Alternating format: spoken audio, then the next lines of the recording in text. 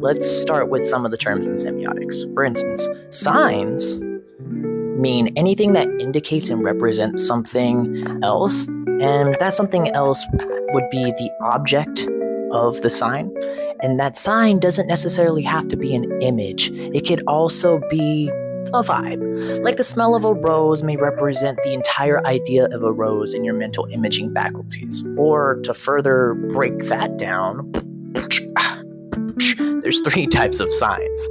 So there's icon, there's index, and symbols, which a good example being a picture of somebody that the picture itself is an icon representing the person.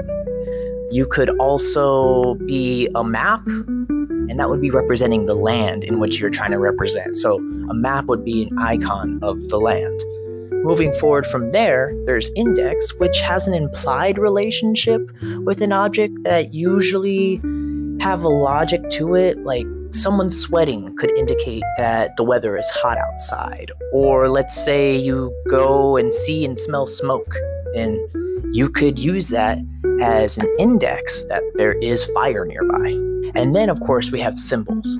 And symbols, they're more so inherently connected to an object, meaning that it's based off of a conventional use that any given society has for it. Which, a good example would be indigifolk, a term that I'm coining for the culture, have the medicine wheel, which has several layers of symbolism within itself that has been refined by hundreds of tribes to fit the context of their day-to-day while still being accessible to others. Another example could be a crucifix and robes that could represent religious dogma of the Christian faith. And now that I think about it, words in general, just words, are symbols because we use words to represent abstract thoughts. Everything's an abstract thought. We just use words to point them out and try to, make it more finite out of the infinite. How does this apply to indigenous animal medicine? Well, I'm glad that you asked.